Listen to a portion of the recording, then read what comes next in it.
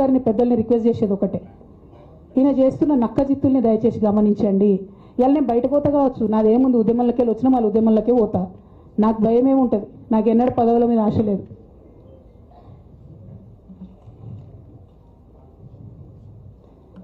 Party నుంచి వచ్చిన ఎమ్మెల్సీకి speaker ఫార్మాట్లో చైర్మన్ గారికి నేను పంపుతా ఉన్నాను రాజీనామా పత్రాన్ని. అట్లానే బీఆర్ఎస్ పార్టీ ప్రాథమిక సభ్యత్వానికి కూడా గౌరవ పెద్దలు కేసీఆర్ గారికి రాజీనామాను పంపుతా ఉన్నాను.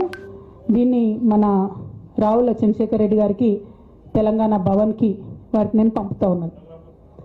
ఎందుకు ఇవి ఇప్పుడే చూపించినా అంటే పదవుల మీద నాకు ఎప్పుడు ఆశ లేదు. మేము ఉద్యమంలోకి వచ్చింది ఎందుకంటే మా నాన్న ఒక్కరు ఇంత ఒంటరి పోరాటం చేస్తున్నారు, ఎంత వీలైతే అంత ఆయనకు మద్దతు ఇవ్వాలని వచ్చినాం. ఆనాడు మేము ఉద్యమంలోకి వచ్చినప్పుడు పార్టీ అధికారంలోకి వచ్చే ఆస్కారమే లేకుండే, తెలంగాణ వస్తుందో రాదే అనే అనుమానాలు అంతటా ఉండే. మేము ఉద్యమంలో కొట్లాటలో లాఠీ దెబ్బలు తినడం కోసం, జైల్లోకి పోవడం కోసం ఆనాడు వచ్చినాం ఉద్యమంలోకి. అధికారంలోకి వస్తామనుకొని రాలే.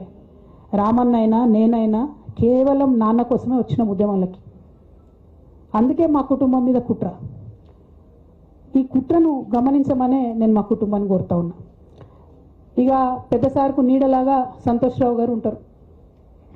ఇక సంతోష్ రావు గారి గురించి 2 నిమిషాలు చెప్తాను. అంత పెద్ద సీనున్న మనిషి కాదు కానీ చెప్పాలి. ఎందుకంటే కూరల ఉప్పు ఎట్లుంటుంది ఈయన అట్లా అన్నట్టు, ప్రతి దాంట్లో చెడగొట్టడానికి కొంచెం ఉండాలి కదా అట్లాంటి వాడు.